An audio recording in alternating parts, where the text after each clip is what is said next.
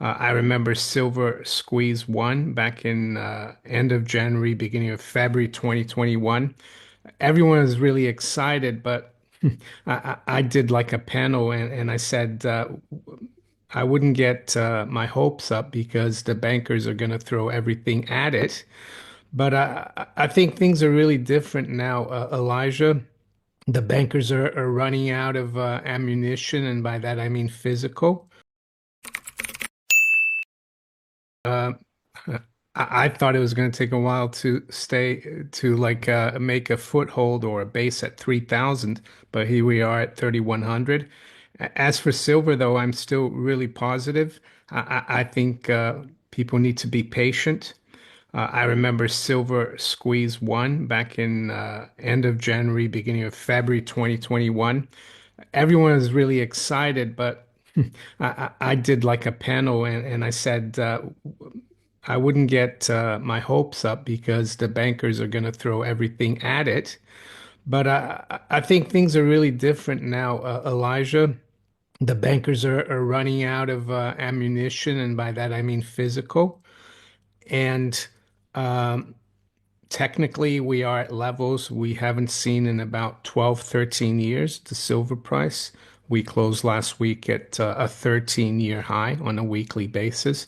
So I think it's just a matter of time. And I know we've been saying that for a while, but don't forget, in the 1970s, silver didn't really do much up until like 1979, late 78, 79. I mean, it was pretty flatlining from the mid 70s until then.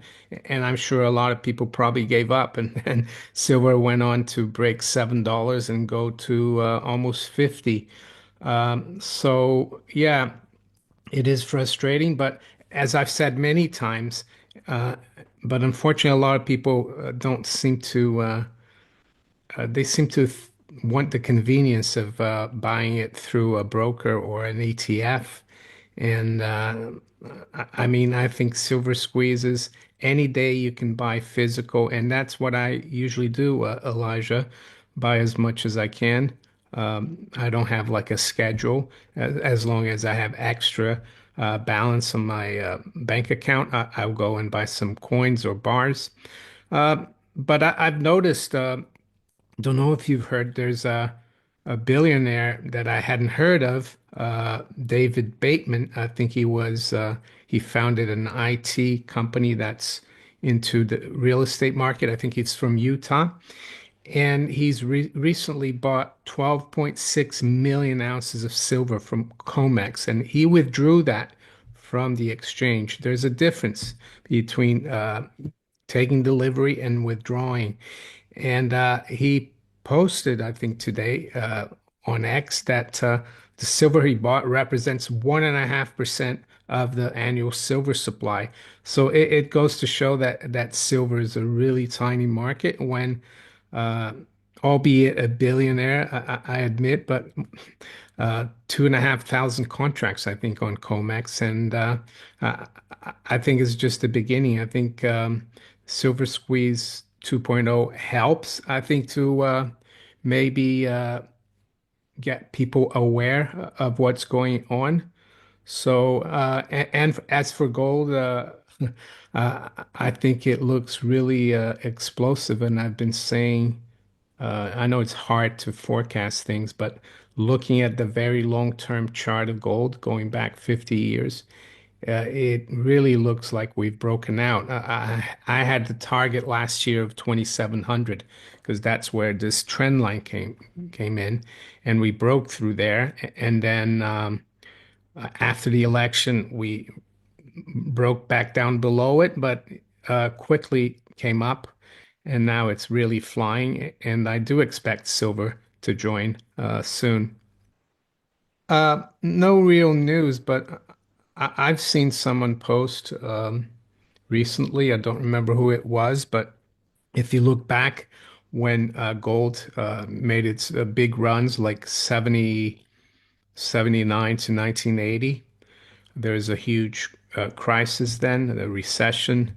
Paul Volcker had to let rates go to 15%. So it was forecasting some trouble ahead. For some reason, gold does that. And back in the 2000s, yes, gold was in a bull market from '02 to like 2011, but it really started picking up like in 2007 all the way to March 2008 when we topped at 1,000, and then we had the subprime crisis, and then we had a big move up in 2011, and that forecast the European sovereign debt crisis. So I think what's going on now, there's so much out there that is. How can I say, pointing, well, there's some indicators that are worrying, like the Japanese government bond market, the yields there are going up very quickly. The Japanese yen is strengthening. US Treasury yields are still really sticky. They're not really going down as much as people expect them to. What else? The stock market seems to have topped. We're down on all the three indices year to date. So yeah, I mean, as for today, it's just a continuation of what we've been seeing. So yeah, I think gold is pointing to trouble ahead, but it could also be pointing to something that I've been like warning about for years since I started this channel, and that's hyperinflation. And I think it could happen, yeah, very quickly. And hyperinflation is not really anything to do with cost push inflation. It's more to do with confidence in the currency. And we have to admit, I think that confidence in the political and the leaders, central bankers of the West is at rock bottom, I would say. Maybe not in the US, but it's still very divided. Here in Europe, they're using lawfare like they tried on Trump, and they've banned the Romanian guy who won the first round last year, presidential election. They've just banned Martin Le Pen. Is it Martine? Or yeah, Le Pen from running for president in 2027. She will appeal, but it all seems to be falling apart. The social economic, political environment. And when that happens, Elijah, trust in the currency evaporates because the currency is issued by the establishment. So people might want to trade gold, but I'm going to hold on to it because I don't want to trade gold for collapsing fiat currencies. And that includes the dollar, the euro, the pound, all of them. Well, I was looking past weekend I think on the live stream with Clive, and silver actually up until Friday, year to date, is outperforming gold by 1% or two.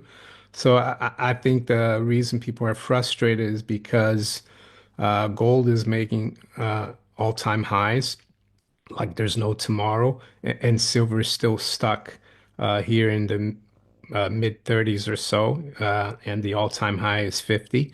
But as I said, patience I think is needed, and stop buying ETFs, buy the physical, and there's no excuse in my opinion. I've never bought a silver ETF, and if you remember, I mean, I've spoken in the past about how all the gold prices in different currencies have been going up, and how the Japanese yen has been leading this race down to zero. But we're also seeing now that in other currencies, silver is actually trading to new all-time highs, like with the Canadian dollar, with the Aussie dollar, they're trading like above 50. So I think yeah, that's what's going to happen. And I think the fundamentals for silver are still really good. 5 years of deficit in the silver market, i.e., there's more demand than silver that's produced or recycled. And we're seeing not just a lot of gold flow to the US in the last few months, like over 2,000 tons, but a lot of silver also is flowing. And who's to say that another billionaire or another two or three is not going to emulate David Bateman? I think is very possible.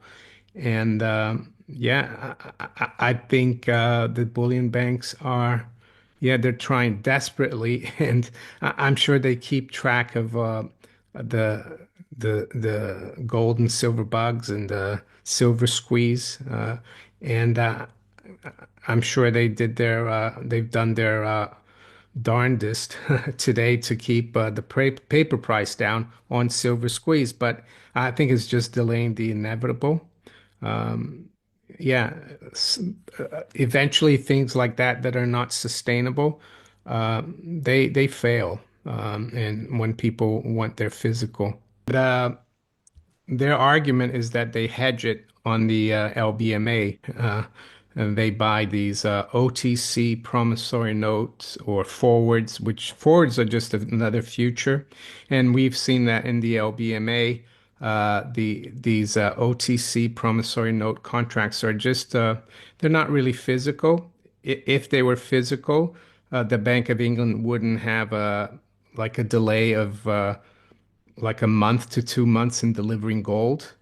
And yeah, so when they come out and say, "Oh, you guys are crazy. These massive shorts are covered because we're long in the LBMA," but they're not really long physical, and that's the problem. But eventually, it will, uh, it will come out. People are waking up to it, and I think Eric Young, aka King Kong 9888, he's done a really good job of explaining how they use the EFP mechanism to execute this scam of pretending that paper is physical. And EFP stands for exchange for physical, but it's all settled cash. So basically, the LBMA is like a bucket shop. Bucket shop. There are kinds of brokerages in the early 1900s where you could bet on the price. You weren't buying any stocks or selling any stocks, and I think that's what the LBMA is.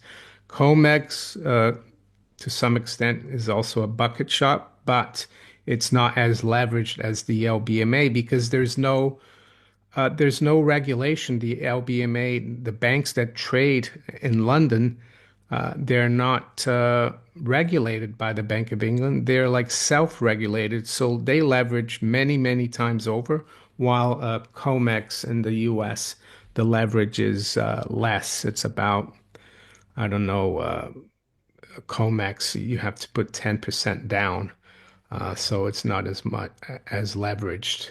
Well, I agree with you. Ideally, we should hold everything in our possession, but it's not always that easy because of security reasons. But the next best thing is private vaults that are reputable and that are not involved in the banking system. And as for ETFs, I'm sure PSLV is legitimate because I trust Eric Sprott, even though he's not involved anymore. But the problem there is that people, and probably the bullion banks, they've been borrowing the shares to short it to keep the net inflow at zero.